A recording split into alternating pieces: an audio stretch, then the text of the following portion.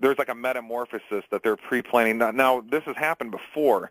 The French Revolution is an example. World War II is a really good example where we were in a one-world system, and then they changed it. What they did is basically introduced Hitler, told everybody who he was, and the whole world attacked, and then they used the chaos to create new kinds of order. They built the Pentagon up, the United Nations out of that, the CIA. So many, Truman's Mental Health Act, so many things that define civilization now came out of that, order out of chaos.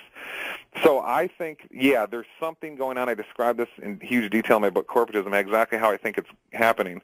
And so I think it exists, it has existed as long as history's been around, and history, of course, is not as we're typically told by academics, but they're just tweaking things now. So you ask why? Why would they do this? Well, I think the answer is the dark ecstasy we were talking about. Think about 9/11. A lot of people say they needed 9/11. If 9/11 is fake, as I think, and probably most of your listeners do, they needed it to have a fabricated war in Iraq. And I say no, not true, because they invaded Iraq in the early 1990s, and they didn't need any false flag terror event. They just said, we're going to do it, and said, we're going to do it, and they did. And so they didn't need 9/11 for that. So what is the explanation for 9/11 then? Well, dark ecstasy. What's the explanation for the war? People will say, they wanted oil. I don't know about that. It seems like there's oil all over British Columbia, Brazil, oceans, Gulf of Mexico, and so forth. Did they really need the oil? Doesn't look like it. If they didn't, then why was there the war? The explanation, again, would be given in the theory of dark ecstasy. Next up, let's go to Bill in Tucson, Arizona. Hi, Bill. Hi, gentlemen. George, great show. Don't ever let the big switch shut you off. It's great. Never. Jeff, real quick, you said, and I hope I can say this right, you said that you have a book that will help retrain us in something we already have on the, now I'm not thinking of the right words, to will stuff. Yeah. To existence. Yeah, the book Telementation, and the whole point of that book is to get us back to where we were supposed to be. I mean, the American Indians, they knew telementation existed. They knew if they did the rain dance, and they all got together as a group and felt a certain way and knew that rain was coming and felt themselves knowing, they knew in a few days rain is coming. I mean, so this teaches us that this is the real technology.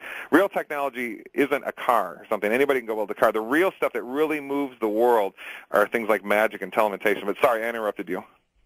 No, that's fine. So I can look on Coast to Coast website to find out the name of the book, or you can just tell me.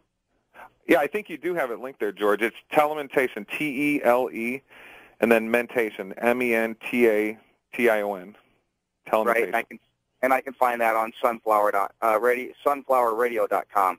That's my other site. It's actually Zenflower, Z-E-N, zenflowerradio.com. Oh, Zenflower. Sorry. All right. Thank you, gentlemen. Thank you very much. Sure thing. Great show. We haven't talked a lot about your book, Corporatism. Tell me about that. Yeah, that's the one that sold so many copies, and a lot of people. Alex Jones had me on his show to talk about it, and the sales really took off after that. Yeah, a lot of people. I was just in Croatia. They translated over there and wanted me on TV to talk about it, and a lot of people say that it covers a lot of ground and things they've never thought of before with conspiracy theory. How does all this control happen? What is corporatism? Corporatism is the idea that big government, big military, and big business are the same thing. Now, what I say in the book is that's how it's always been. I mean, you can go back to the medieval kings. They're the one, the king owned the military, owned the industrial process, like the farming and so forth. That's corporatism. I mean, you can talk about communism, you can talk about democracy. These are all corporatism. I mean, we're supposed to, Schindler's List, we've all seen Schindler's List. That's a capitalist right there. He's a corporatist in socialist Germany. I thought there wasn't supposed to be capitalism in that kind of system. So all these other descriptions are just an illusion. The real cause for the problems in our life is corporatism. That's a better way of saying what I said like 2 hours ago on the show, that we're in civilization, we're not in our natural element. Well, the reason that civilization is harmful to our natural mental state is because the texture of corporatism we have in the world today, which is really against human psychology. Now, corporatism creates our human psychology. The reasons we have the concerns we do, like, I have to get up at a certain time this morning, or I have to go get the kids, or I can't see my children today, or I have to get home to watch the TV show. I mean, these are all the product of corporatism creating us in certain ways. I mean, I could go on and on, so we can get to other callers. I won't go any further. But it is just, corporatism is the psychology which really defines the problems that all of us have in our life. If you were teaching, and you will be, at the University of Detroit, What would you tell students today about tomorrow? I can't say a lot of the things. Obviously, academia is a closed group. I mean, I can't say a lot of the things I say on this show, so I couldn't be. I'd have to find a safe way where the administration wouldn't disapprove to say. But I would say tomorrow has to be a time when people take over industries. In a sense, George, I keep talking about American Indians, my favorite group to talk about. That's the same thing they did. They didn't, if I go to Walmart, George, and buy, carrots. I don't go to Walmart, but say I did. I give my money to that person. Now, that person didn't create the carrots, the cashier, and they don't get the money I give. Somebody who's far away, who doesn't have anything to do with the labor or the buying and the selling transaction, gets almost all the money there. See, now imagine, George, if we had a world where we removed that third party, or I bought directly from my neighbor, you bought directly from me. I mean, what is my specialty, George? I can write and do philosophy, and that's valuable to someone, and they will pay me. What if their specialty is they can make good carrots? We could trade each other, cut out the middleman, and we all could be rich and wealthy. We need to recreate the world in that structure. That's what I would tell people. Is kind of happening, I think, now, and we need to bolster that up. We will come back with final phone calls in just a moment on Coast to Coast AM.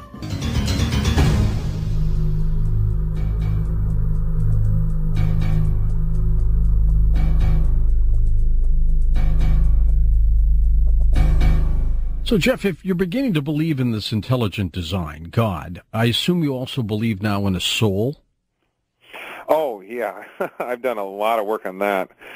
That's almost like a 6-hour show right there. It really is.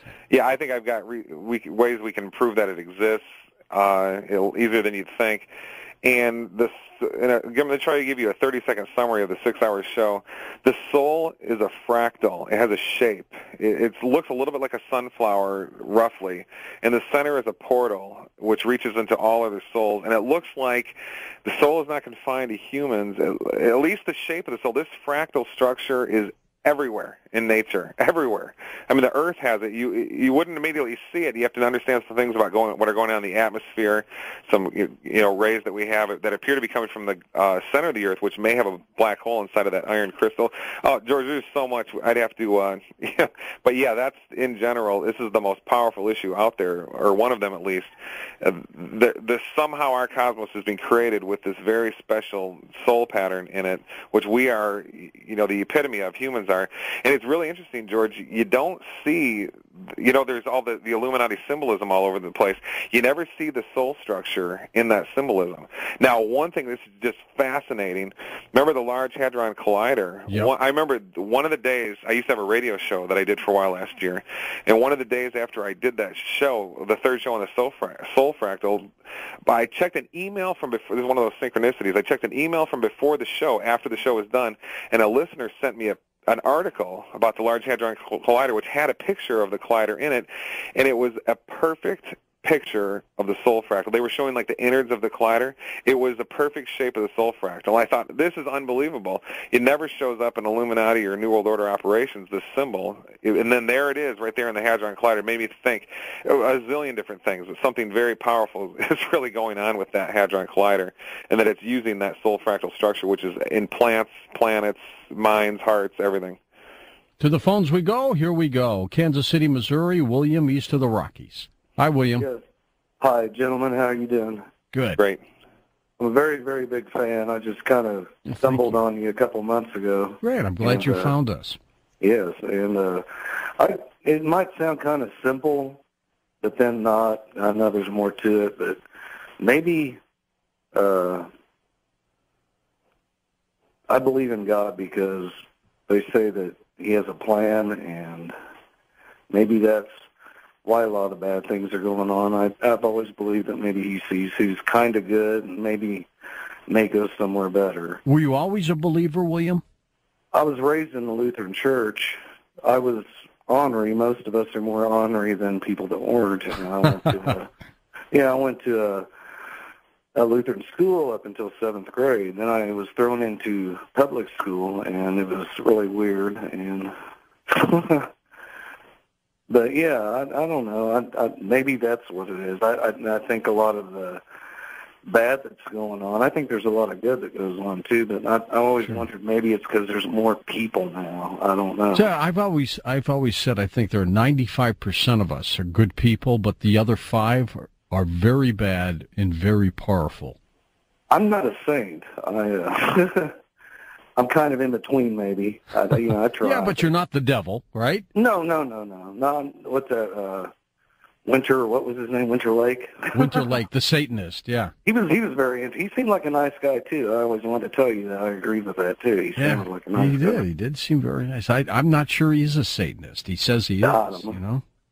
I don't know what they. Let's get Jeff's take on this. Where do you see evil, the devil, and all this, Jeffrey? Well, I think the devil exists as a being, and that's because what we were talking about earlier with the dark ecstasy. I don't call it Satan or anything. I think that word's overused and people become used to it. I call it the horned God, because that's why, you ever noticed how the Illuminati seems to be obsessed with horned creatures, owls and bulls and goats and stuff. And then you go back to the Norwegian black metal I was talking about earlier. They were always talking about a dancing horned god. And when I went through my dark ecstasy days, which is a whole other topic, but you know, in George in the Close Encounters of the Third Kind, when he was implanted in that movie with an image from the UFO in that movie, and he tried for half the movie, he was trying to get it down in the artwork. He was trying to make it out of mashed potatoes. He was frustrated. Yeah, it was like it was in him, but his ego consciousness or something was preventing him from seeing the image deep within. It's almost like that happened to me I became obsessed with horned creatures in this crazy time of my dark ecstasy days back in the 1990s, and it seems almost like that's what the Illuminati is. They have statues around and dragon statues, and they're obsessed with the owl and the Ford Ram truck or Dodge truck or Dodge Ram or whatever it is. I mean, this horned creature idea is all over. It's almost like it really is a real thing that we're describing here. There is a horned god that is behind all this dark ecstasy on this prison planet. But as far as the caller saying, if God has a plan, I've wondered that a lot myself, because there has to be. Because, think about it, George. We've given enough info, even though it was quick. There's a lot more that we could have given, 1,000 times more, about intelligent design and a God of love behind things. But we know that